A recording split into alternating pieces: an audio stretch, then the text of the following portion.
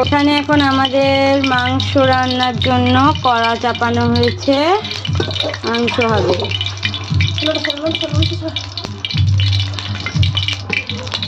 কাঠের উনুনে মাংস রান্নার টেস্টটাই হয় আলাদা।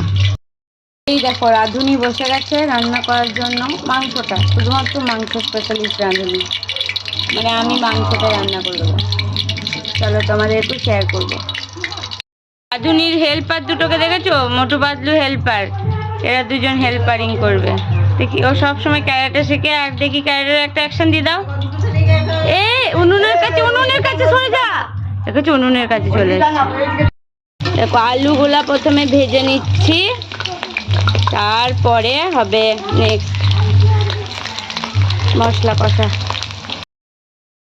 তো এখানে আমি দেখো সমস্ত কিছু মশলা একবারে দিয়ে দিয়েছি। মানে আমি কি করি বলো তো, মশলাটা জিরে, আদা, রসুন এগুলো সব আর কি একটা বাটির মধ্যে, হলুদ টলুদ সমস্ত কিছু বাটির মধ্যে ভিজিয়ে রেখে দিই। যেহেতু এখন গুঁড়ো মশলা, এই ভিজানো থাকলে বাটার মতো টেস্টটা হয়। আমি রান্না করলে এরকমভাবেই রান্না করি। আর মাংসের কালারটা ফোনেতে অতটা বোঝা যাচ্ছে না, আর কাশ্মীরি লঙ্কা গুঁড়োটা আমি দিইনি, না হলে আরও বেশি কালার হতো। যতটা হয়েছে টমেটোর জন্য যে রঙটা এসছে।